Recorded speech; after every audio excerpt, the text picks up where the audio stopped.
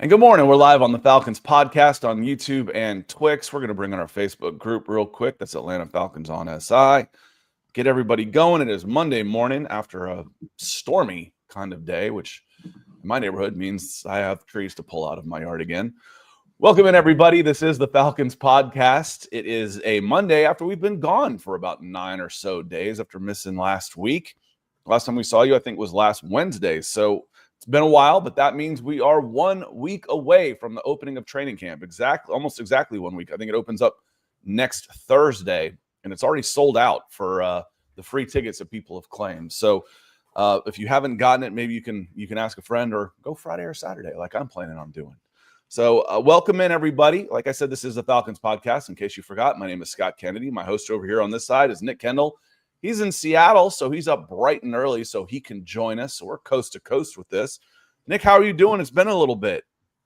I'm doing pretty well. Can't complain too much. Excited to have all that NFL contract news yesterday. Jets had a couple guys sign. The Broncos signed their first-round pick. And it's going to be hot here today, unfortunately. A lot of people you guys probably would have a hard time comprehending this, but a lot of houses in Seattle don't have air conditioning.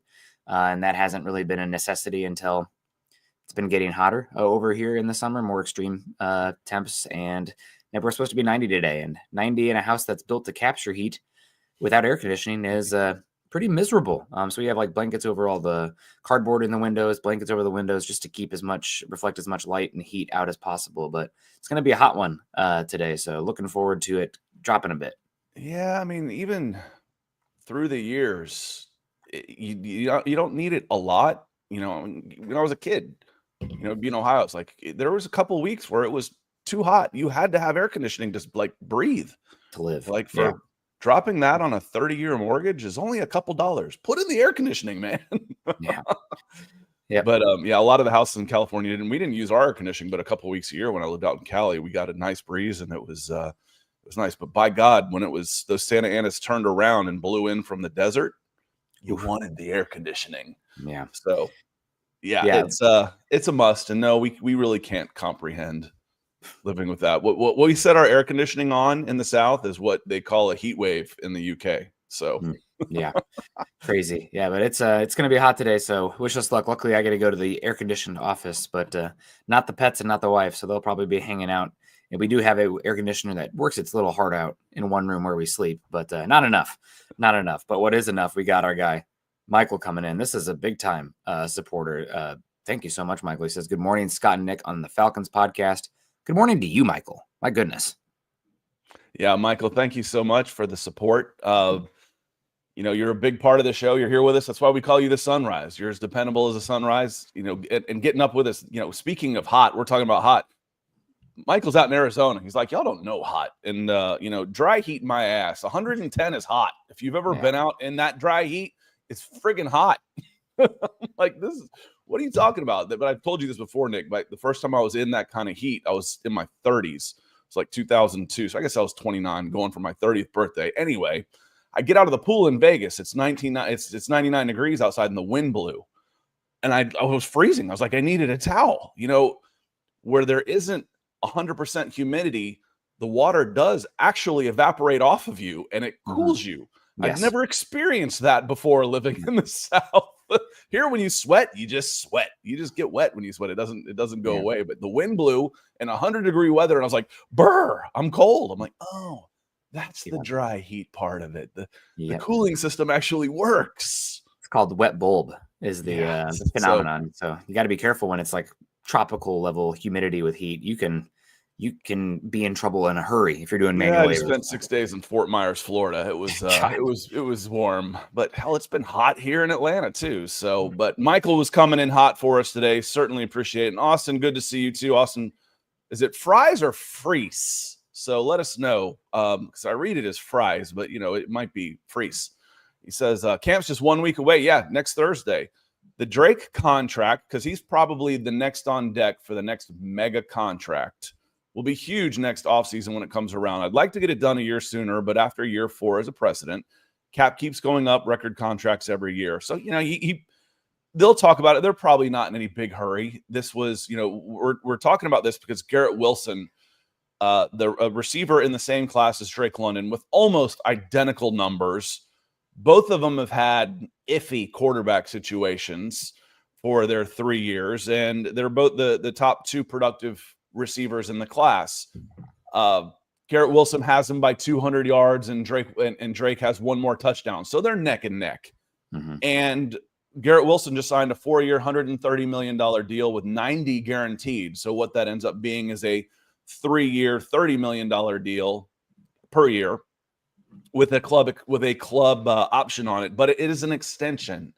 So it's not a new contract. It's an extension, won't kick in yet. So right now, Drake is still on his 4th year of his rookie contract. He will get a 5th-year option, and then they'll decide how they want to use that. They'll use that time. So they've got 2 years of cost control with Drake London before they have to really sign him to a deal. But they could probably actually lower his 5th-year option, Nick, with a long contract extension in his 5th year.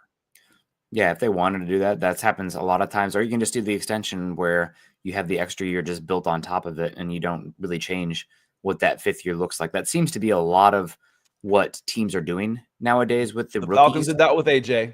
Yep. They did it with Chris Lindstrom. Mm-hmm. You played through your 5th year, and then in your 6th year, your contract extension kicked in. Yeah, a lot of times the renegotiation of the contracts and lowering the cap hit is like that 3rd contract guy. So we'll see. I might be wrong on that.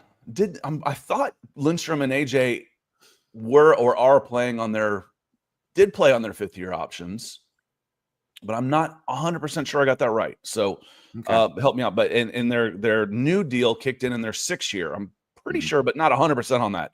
One of the things, but I think that's how they do it. So it wouldn't totally surprise me to see the Falcons do something similar. Drake's still young. I think he's still 23. He turns, so happy birthday. He opens camp next week. I think his birthday's on the 24th. He'll be 24 years old. So 1 week away in camp, and hell, August 8th is the first preseason game. That's what, 2 weeks away? If we count this week, it's 2 Fridays from this Friday. That's like 2 weeks, right? Yeah. So we're in 2 weeks away from opening on August 8th with the Detroit Lions. That'll be hot. And then we've got some joint practices. Just for y'all's information, we've talked about this before. I'm going to go. I reserved lawn seats, the tickets for 4 days. It was the Thursday, the 27th, and then what are the dates? It's that Thursday the 27th. No, that's all wrong. Thursday the 24th is the opening day. So I'm going. I reserved. Well, hell, I don't know. I'll get back to that in a second. I've already forgotten the dates that I'm going, but I thought I was going Thursday, but the 24th was sold out. That's the first day. So the first day I'm going, it is the 24th, but I thought it said it was sold out. So I'm going Thursday the 24th, and I'm scheduled for Sunday the 27th are the 2 times. And then I reserve the 2 joint practices as well. So I'm planning on going out there.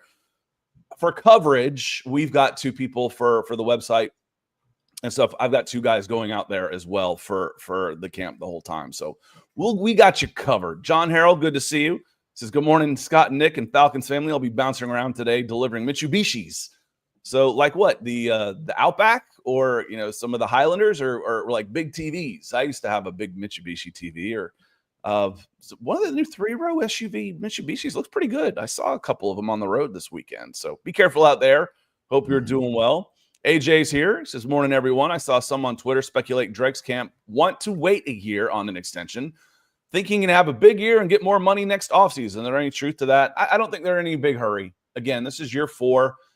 He's in the 4th year of his rookie deal. He'll have a 5th year option. So he's got basically another, $35 million of guaranteed money coming his way. So he's not in any huge hurry. And why, if you're already financially set for life, why not wait just a little bit? Going back to using the corners, kind of did this last year, Nick, where they won up over the past since Pat Surtain got his deal. Well, hell, his $24 million looks like a bargain now after Sauce Gardner just got $30 million a year. And now Pat Surtain's like the 5th highest guy. So if you can wait, you might as well wait just a little bit if you're confident in your ability. And he's not Puka Nacua, who's coming on a 7th year or 7th round contract. Drake was a top 10 guy. He's rich. he's got a lot of money. He's set for life. So he can wait it out a little bit. But, what they want to do, we'll see. What they both want to do. If I'm Arthur Blank, let's get through this year before we do anything, Terry and Raheem. Before I give you a big check and $50 million in signing bonus, let's see how this year goes before I authorize a giant new contract. See, and I'm coming from the other end. I feel like I'd rather get a little bit ahead of it. Still all the same, and we already had Garrett Wilson. So what's Garrett Wilson's contract? Let's add 0.1 million to it. Let's make 0.1 guaranteed, because I know a lot of times, as hokey as it sounds, the status does matter. I don't even talking about the cornerback contracts last year. Patrick Surtain signed for $24 million a year. A day later, I think it was, you had Jalen Ramsey's contract come out for $24.1 million. It's a status thing. Yeah. And again, you look at it. Pat Surtain looks at that list and like, wait a minute, I'm NFL Defensive Player of the Year, and I'm just the 5th highest paid corner. Mm-hmm. I'm not being respected. It's because it's not the money thing. They've got more money than they'll ever need. If they can blow through $100 million, then 110 isn't going to make a difference. Yeah, it's a status thing. But I personally just seen the Broncos get ahead of it, and if you have the money available, and I can't imagine a scenario. Start the ticker, Scott, barring injury, where London isn't a worthwhile player to invest in, especially with what the wide receiver market is like right now. You're not really paying any other big players on your offensive skill positions. I know you got Bijan coming up, but he's still going to be a running back contract. Yeah, he'll be half of a top. He'll be half of a top wide receiver. Yep. Doesn't seem like you're probably going to pay Kyle Pitts, and then you got tag options and everything like that. So I would get it done if I could do something similar. He's still a young player, and also I hate to be cliche, but I feel like he's a tone setter for the offense as well. He is a physical player. He does what you ask him to do. He's not above digging out a linebacker if he needs to. And I think there's a lot to be said for rewarding somebody like that in your locker room. It's a vote of confidence in him. It's a vote of confidence in Michael Penix. And the market is what the market is. And if you wait, what's another $4 million? But you're talking about Garrett Wilson making $32 million. He could easily be up talking about 34, 35, which is where Justin Jefferson and CeeDee Lamb come in with another good year. And, the inflation that is constantly happening with the cap. So does that matter? That extra $3 or $4 million a year? We'll see. But I personally, now that Garrett Wilson, he was the contract you're kind of probably going to be comparing him against because of the same draft class and everything. I'd be looking to get it done now that deal is in and you have a starting point in the very least. Like, this is copy paste, add 0.1 million. God bless. You're here. We love you, Drake. Yeah, I get it. I just, I'm not sure either. You're going to be there's no rush from Drake's point of view is where I started with this conversation. Yeah. He's not in any big rush. Now someone comes and offers you $135 million with 95 guaranteed. You probably sign it. You'd be interested, but we'll see. It won't surprise me if it lasts a year. I don't think there's any rush to get something done on Drake London was kind of my point on that. And AJ says he thinks Garrett Wilson's a little bit better receiver between the two. Right now, statistically, they're dead even. Yep. So, and again, they've both had quarterback problems without a doubt. And I think probably, the offensive line has probably been a little bit better. Drake might have been in a little bit better system as far as trying to get things done as a wide receiver. But they're arguably, if you were to say I like Garrett, I'm not going to argue with you. I might say I like Drake. They're close. And financially, they're going to be really close if they were to sign at the same time. Mm-hmm. Now, if Drake goes and has a 1,500-yard, 15-touchdown season, he's going to be $35 million minimum coming up. And the good thing is Arthur Blank has invested in this team. And he is not afraid to give out signing bonuses in order to help work the salary cap. So, it's not something where it should be contention. We're not dealing with a Cincinnati Bengals situation here. Blank will pay his guys. That hasn't ever been the problem. The problem has been being a little too loosey-goosey with some of that money and making some bad investments instead of making the hard decisions and ending up with some dead money on there. I did want to say good to see you. He's out in California. Hope you're doing well. Good to see you, Tom. And I did want to say happy birthday to Mad Scientist as well as Jason Renfro. He's watching on Facebook. So happy birthday, both you guys. And hope you had a good weekend and are enjoying your July now that we're halfway through. Also, our guy, Michael Latsky, who I always love. Michael says time to pay Drake. I agree with you, Scott. There is no rush to some extent, but there is no guarantee. Also, right. You are one play away from your career ending. And if you have $90 million guaranteed put in front of you, what's the difference? Easy for me to say, but like, what's the difference between 90 million right now and 95 million? I think there's more risk of what's the difference between 90 million and 0 million if you blow out your knee. So I would be a little bit, there's not a rush from Drake's perspective if the deal is right, but darn, I would personally love to have that money in my pocket and have that guarantee just for Drake, by the end of next year, Drake will have made $40 million. Yeah. So that's kind of my point. Like I said, when I mentioned Puka Nacua was a 7th round draft pick. His entire compensation might be 3.5. Yeah. On his rookie deal, he might want to take what's in front of him a little sooner. Where Drake might say, I don't mind waiting a little bit. Let's see. I'm going to take a wait and see approach and see how this team goes and how it looks and play that out. And just a little correction, he was a 5th round pick. But that's okay. Okay, Puka was a 5th round pick? Yep. Okay, so he's in with Tyler. I thought he was 5th. And Tyler was about $4 million is what Tyler Algier makes, because Tyler will make more in the first year of his second contract than he's made his whole career. And Puka's going to 10x that when he signs his new deal. Mad Scientist, missed y'all so much. Good to be back and glad you're here with us. Harry Marshall Wood, good to see you as well.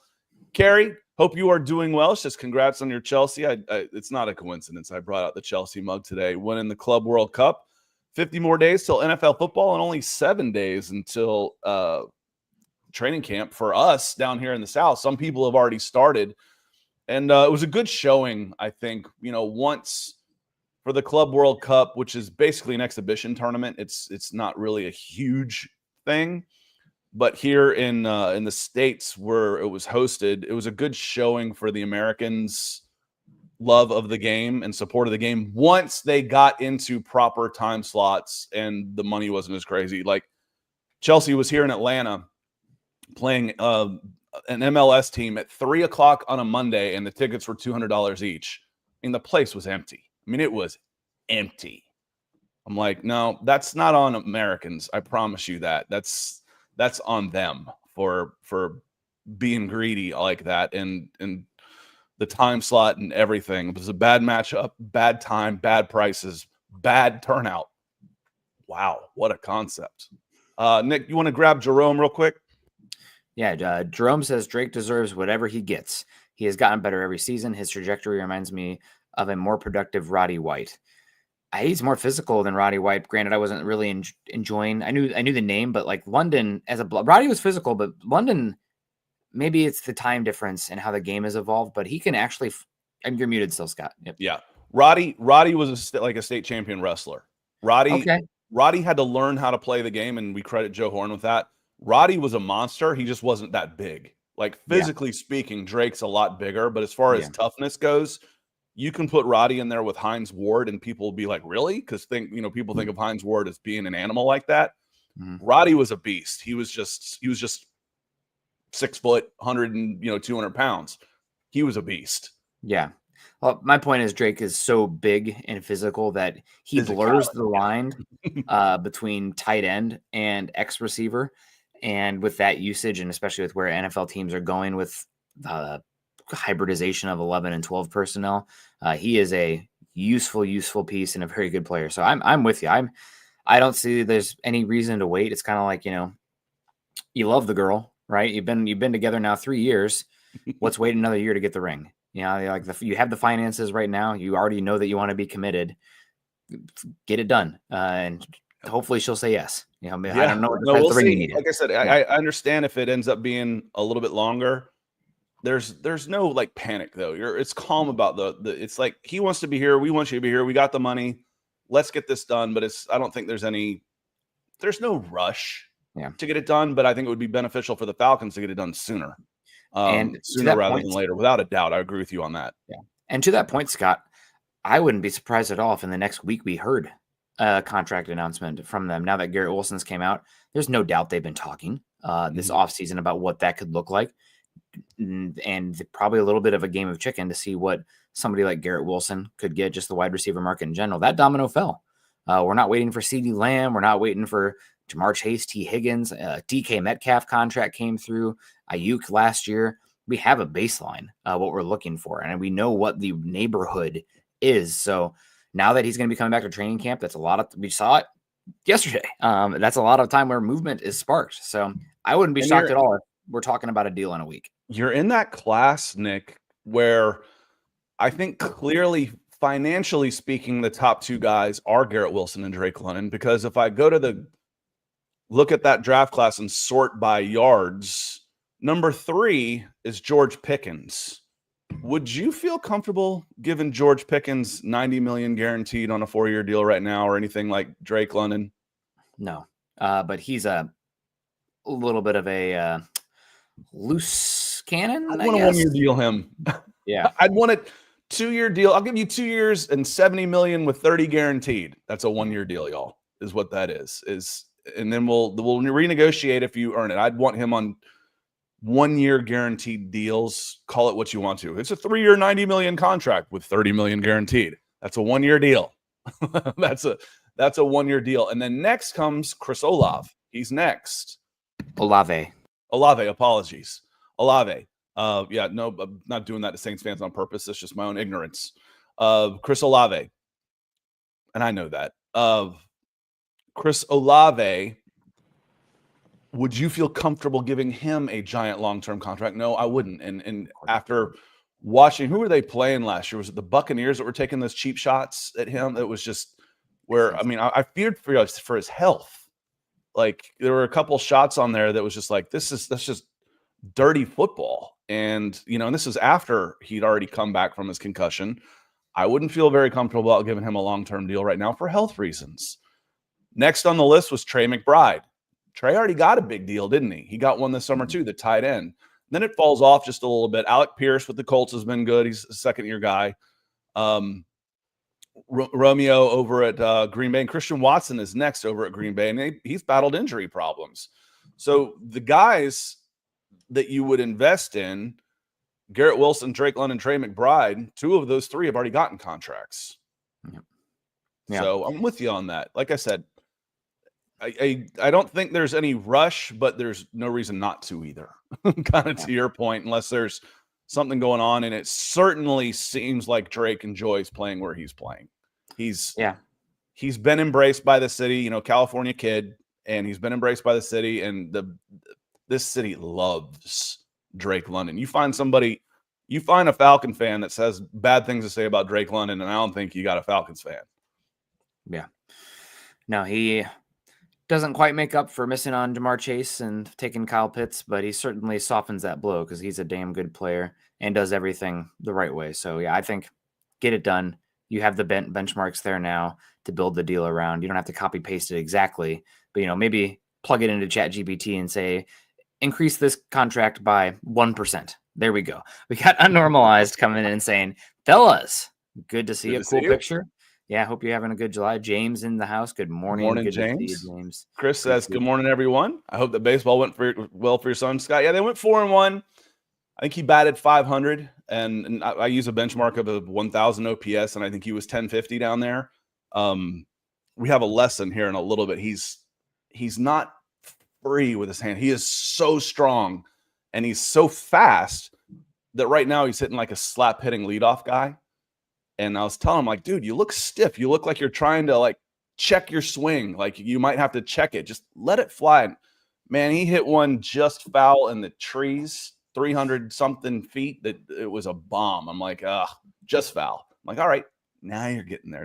But he's so fast that when he's not hitting, he gets infield hits because he's a left-handed hitter, too, and he comes out of that batter's box. So he's batting like 550 on the season, and if he was slower, it'd be about 250. Because it's like when he's not hitting, he still gets on base, which is nice to have that in your pocket. But yeah, it was good. And then today's Wednesday, right? I can't tell the days when we play 5-day baseball tournaments. play again tomorrow. So the last tournament of the year starts tomorrow.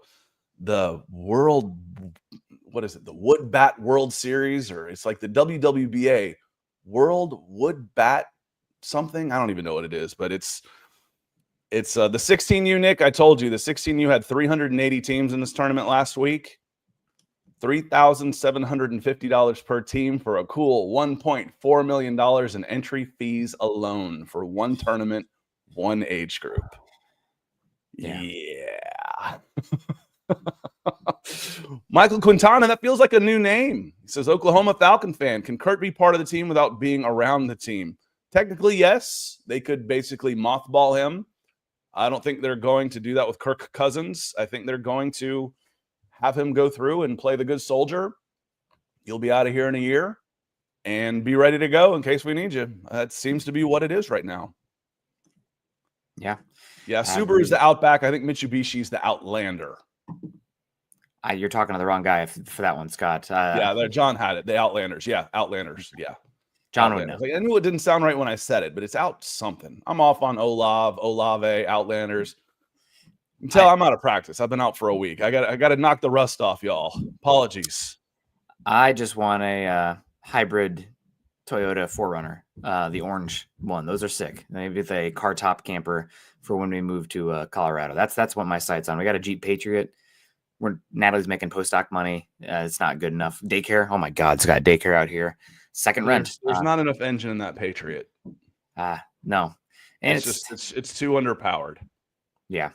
It's been good to get out on forest roads and everything. It's been useful, but I think that beautiful orange 4Runner, please, one day it's on the wish list. But yeah, Scott, I'm definitely here for Drake London's getting a new contract. We also wanted to talk about Raheem Morris's ranking as well today.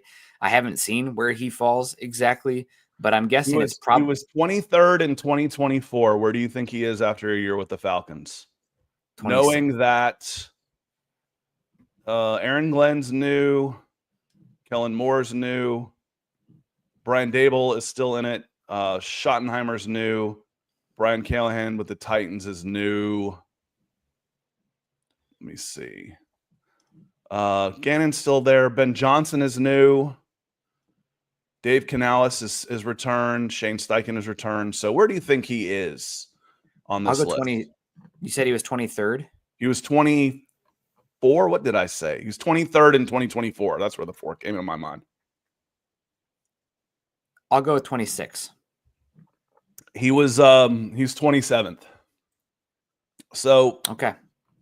Again, we like to talk tiers, and if you had him 23rd or 24th or in the bottom third, did you see anything in his first year that would have made you move him up? Now, let's have some perspective here. We're talking how many football coaches are there in the U.S.? Thousands. Okay. These should be 50 in the top 50 of all football coaches in the world. So it's the top 1% of 1%, right? So small margins, but would you have moved him up based on anything you saw last year? He's a defensive guy and your defense didn't go well. You had some clock management problems. You underachieved and you had a losing season with a team that you thought was supposed to win the division. My answer, Nick, would be no. I wouldn't have moved him up. And everything that happened with the quarterback situation as well. And you're playing Kirk Cousins, who's hurt. He's not too hurt. long. Yeah, like what's going on there? So I thought dropping him made sense. And those other guys, while they are unproven, and I would understand, just ranking them below out of principle because you don't know. It's really different going from a coordinator to head coach. You just don't know. But also they're the shiny new things. So they get the, what they could be bump as well. So I can understand it either way. So what'd you say, 27?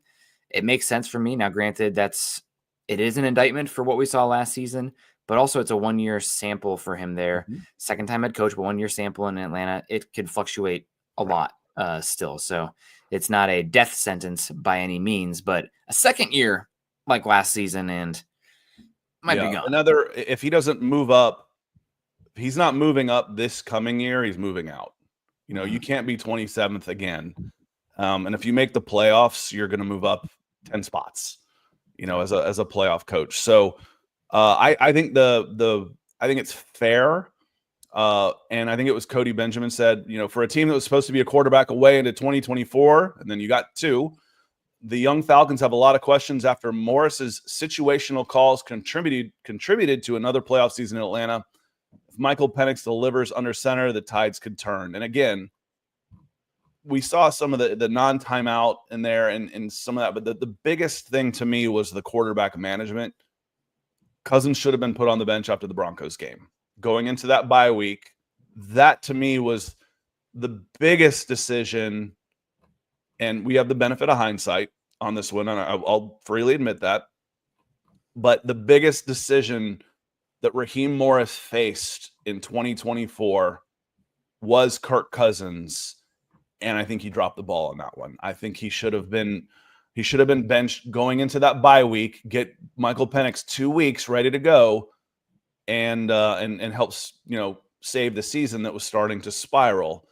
And I think that was a big miss. And again, we're talking small margins here for NFL coaches. That was the biggest decision he had to face last year, and I think he made the wrong one. He waited too long. Yeah, I'm with you there. Easy to say in hindsight. It's weird because the politics of the contract and everything, a first-year guy you invested in, but first-round pick waiting there in the wings, there's no time to make those kind of decisions now. So we will see what happens with Morris, but 27-28 makes sense after last year's waffling and, quite frankly, missed opportunity, considering the division and where you were at as a team and your expectations. So the defensive regression, and also he gets most of the blame for Jimmy Lake. Jimmy Lake shoulders a lot because he is Jimmy Lake, but that's your staff. So you're a defensive coach. Yeah, that's your you're staff. You're a defensive coach, and your defense was bottom 5.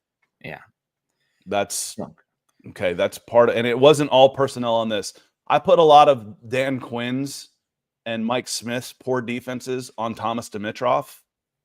This team underachieved on defense, wildly underachieved on defense. Dimitroff didn't put the right pieces in place. There was enough talent on this defense to play considerably better than they did last year. Like I said, I've called it the worst coach defense. It's not the worst defense I've ever seen because there were some good players out there that could help rise a bad coordinator. But it was the worst coach defense. Marley, good to see you. Says, good morning, Scott and Nick. It's been a while, but I'm glad to be back on the live podcast. But we're glad to have you as well. Hope you all have been doing well. Just a reminder, if you haven't already hit that subscribe button, please do, because over the course of the next couple weeks, as I'm going in and out, I have some travel that's popped up. I might be moving some of these shows around because I have to go out of town on Monday the 28th. It's a family thing, and that's a bad day to go out when it's the opening of training camp. I know. Mm-hmm. So I think what I'm planning on doing is going Thursday. I'll be at camp. Let's do a show on Friday, and then maybe even over the weekend, maybe even do one Sunday afternoon, Sunday evening, and then we'll do our show on Wednesday when I get back in town. So make sure you hit that subscribe button, because with the changes of the schedule and my schedule, there'll be better times to come in and do shows. So make sure you're subscribing, because we will change those up just a little bit. But I will not be here on Monday the 28th. Something came up.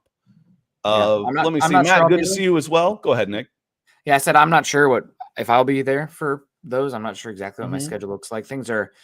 We're starting to pack up a lot, and we have people coming out, and daycare is ending here pretty soon. So I don't even know what that looks like. But yeah, we got Carrie saying can't wait for the World Cup next year. That'll be good. Yeah, that'll be a lot of fun. Hopefully the U.S.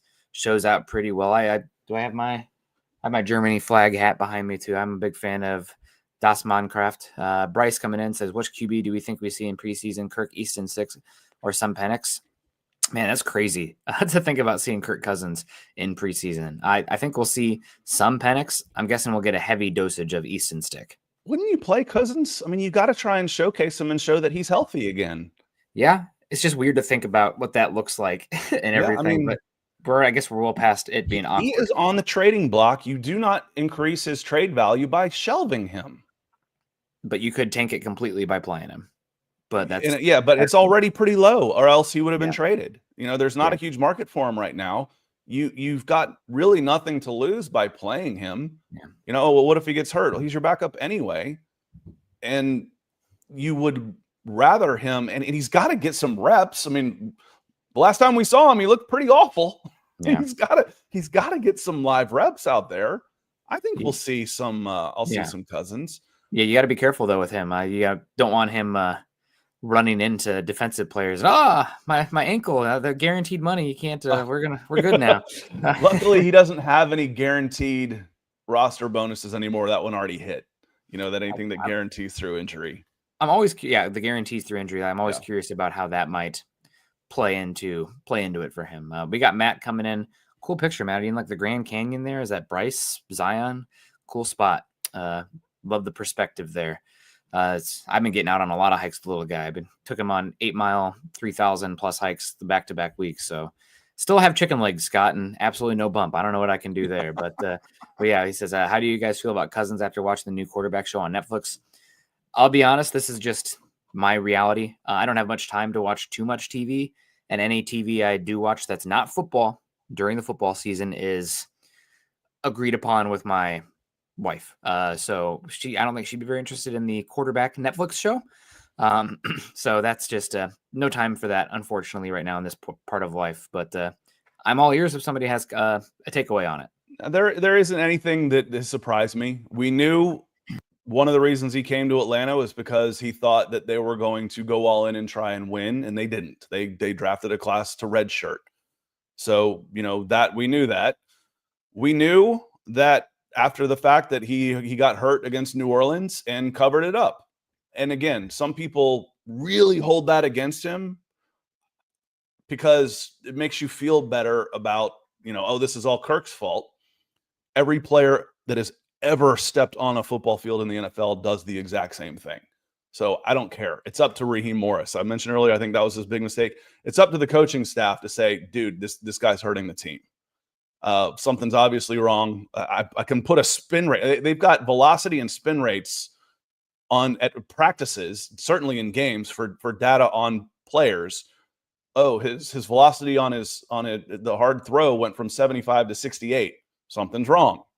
Okay, he's playing like crap. Okay, bench him. So I don't put that on him. I didn't. He was fifth option for me. I wanted a cheap veteran, a cheaper veteran, and a rookie. I've said all along since the draft last year that it was just the word I used was moronic. Signing him was moronic if you wanted to go with a rookie quarterback. So I want him gone. Nothing that has come out has surprised us. We've talked about it, speculated about it, and said it. And I'm ready for the Kirk Cousins chapter to be closed and moved on. It was a bad signing. You can't win now and build for the future at the same time. There's too many restrictions on how you build your team with roster and a 53-man roster and a salary cap and draft picks. You can't do it. So I called it buyer's remorse 14 months ago. Like, okay, we're going to do this. Oh, wait, maybe we don't have the team. Because if anybody thought that they were a quarterback away, looked at that defense and said, okay, we're not going to invest in this defense, but we're only a quarterback away, that's a fireable offense on its own.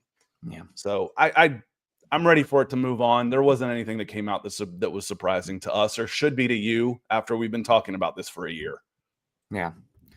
Yeah, no doubt. Not anything too shocking as you shared there. So, oh man, I'm just so ready for the Kirk Cousins saga to end. I know it's going to be drawn out and there's going to be more now that he's preseason and everything. And I think luckily it's so with Penix here and the excitement him and how badly it went for Kirk Cousins. I'm really happy, unless somebody wants to be this person in the chat just for the fun of it, although Scott will kick you, but the Kirk Cousins, like, oh, you got to put him back out there. We paid him, like, Penix isn't ready. There isn't a soul out there that wants Penix that wants Cousins as a starter over Penix. There isn't anybody. I'm really happy about that because that would be there isn't a legitimate Falcons fan.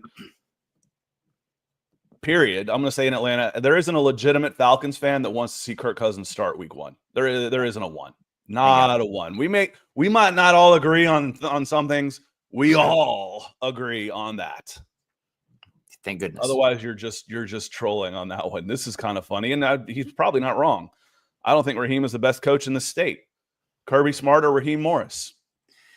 Yeah, Kirby Smart's pretty darn good, and he's done it for a long time as well. You know, he paid his dues. I met Kirby when he was like a graduate assistant in like 2002, and he was one of my good contacts for recruiting through the years, and he's just as genuine as can be, and he's had a lot of success, and I've told y'all before, and I love him for it. I went to Auburn. He coached at Alabama. He coached at Georgia, and I love Kirby Smart. It's about the people the longer you're in this business. Yeah, no doubt. Got to give a shout out to Brent Key as well at Georgia Tech, who's done a pretty good job with that program. But yeah, Kirby Smart, college is so different because it's the recruiting and the portal aspect. So it's kind of hard to exactly compare them one for one, but Kirby definitely deserves a shout out if you were bringing the people in Georgia. But I did want to give a shout to Brent Key, who's done good work at Georgia Tech. They had Georgia on the ropes last season. So Matt says, looking back, should we have kept Dan Quinn? Can you have Dan Quinn plus Jaden Daniels? Dan Quinn, we'll see how it plays out for Dan Quinn. It wasn't a Matt Ryan problem.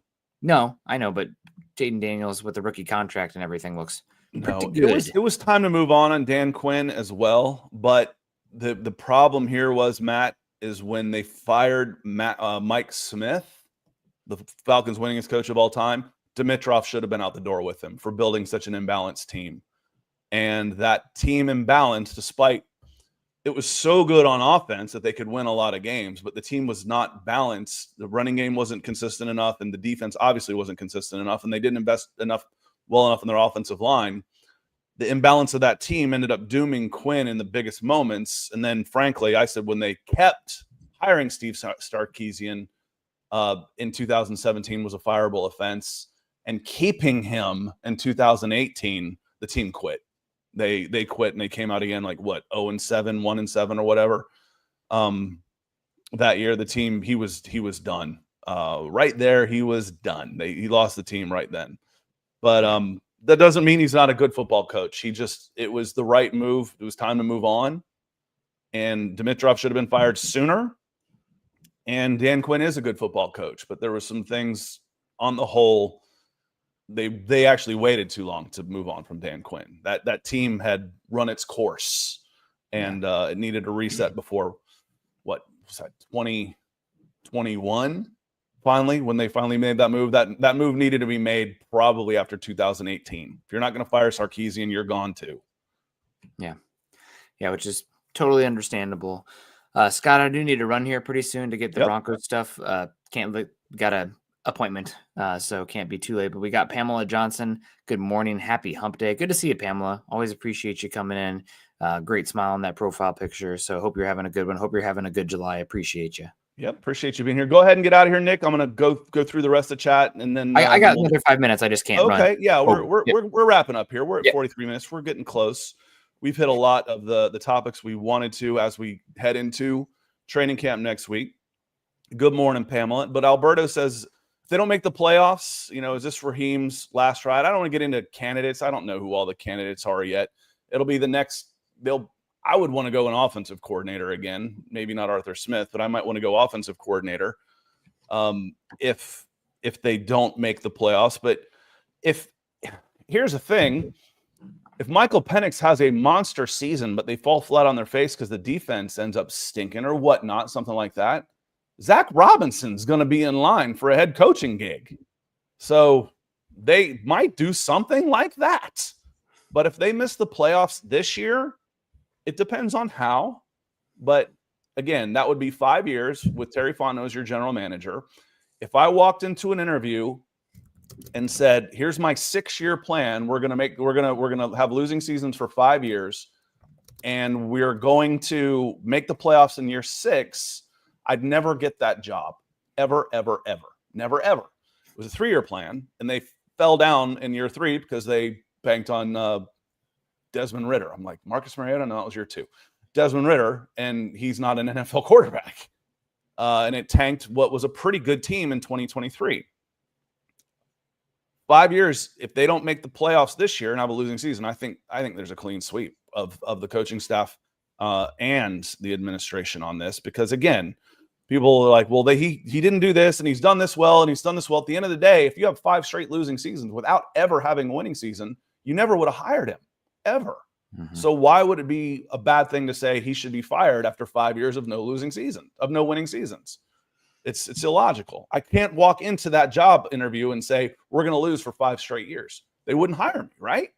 No, probably not. I mean, TikTok for sure. And that's the NFL, right? It's everybody's on equal pay. It's not like you're coaching, not to punch down too much, but it's not like you're the Vanderbilt job where if you make a bowl, it's a great season for you. You're expected to do good things. So again, it comes down to the quarterback at the end of the day. We'll see about Penix and where exactly he falls, but the seat should definitely be hot. We'll see though. Arthur Blank tends to be pretty loyal as well, which is both good and bad. So it's complicated, but we'll see. And we got Nathan coming here, closing us out here with the $20. The Dog Father. Good to see you. Thank you so much for flashing orange on us here. It says, don't usually get to see you guys live.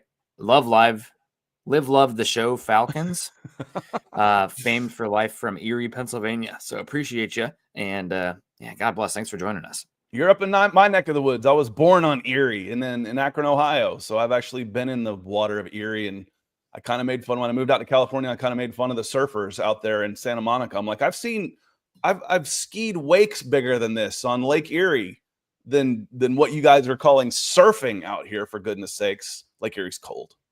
Of course, the Pacific is cold too. Yeah. Well, it's hard. Falcons fans aren't a national brand.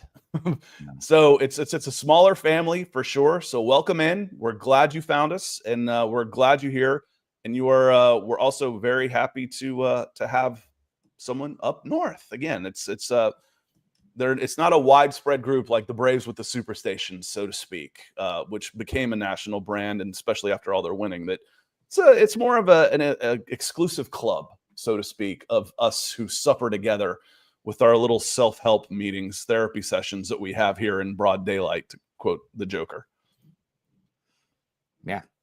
No, it's God bless you. We have coming in, Nathan. We do appreciate you. And Scott, any final thoughts here? We got Terry. I personally am get the deal done with Drake London as soon as you possibly can. You got the baseline, you got the framework now. Sometimes when you have guys in the same class, it's kind of a who first situation. Garrett's been paid. It's not going to be crazy more than that if you get it done before the season. They've been neck and neck draft profile wise, slot wise, statistically. There's not a question of if you want Drake London, right? Like that's not a question. You want to keep him, so get it done. Right now, Garrett Wilson's for a year, what was it, 140 million? 130 million. It was 30 per year, so it's probably 120, but that doesn't sound right. 4 would be 104 times 30 is 120.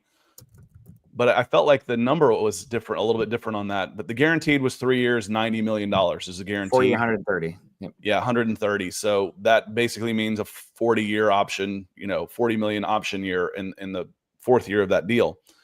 I agree with you.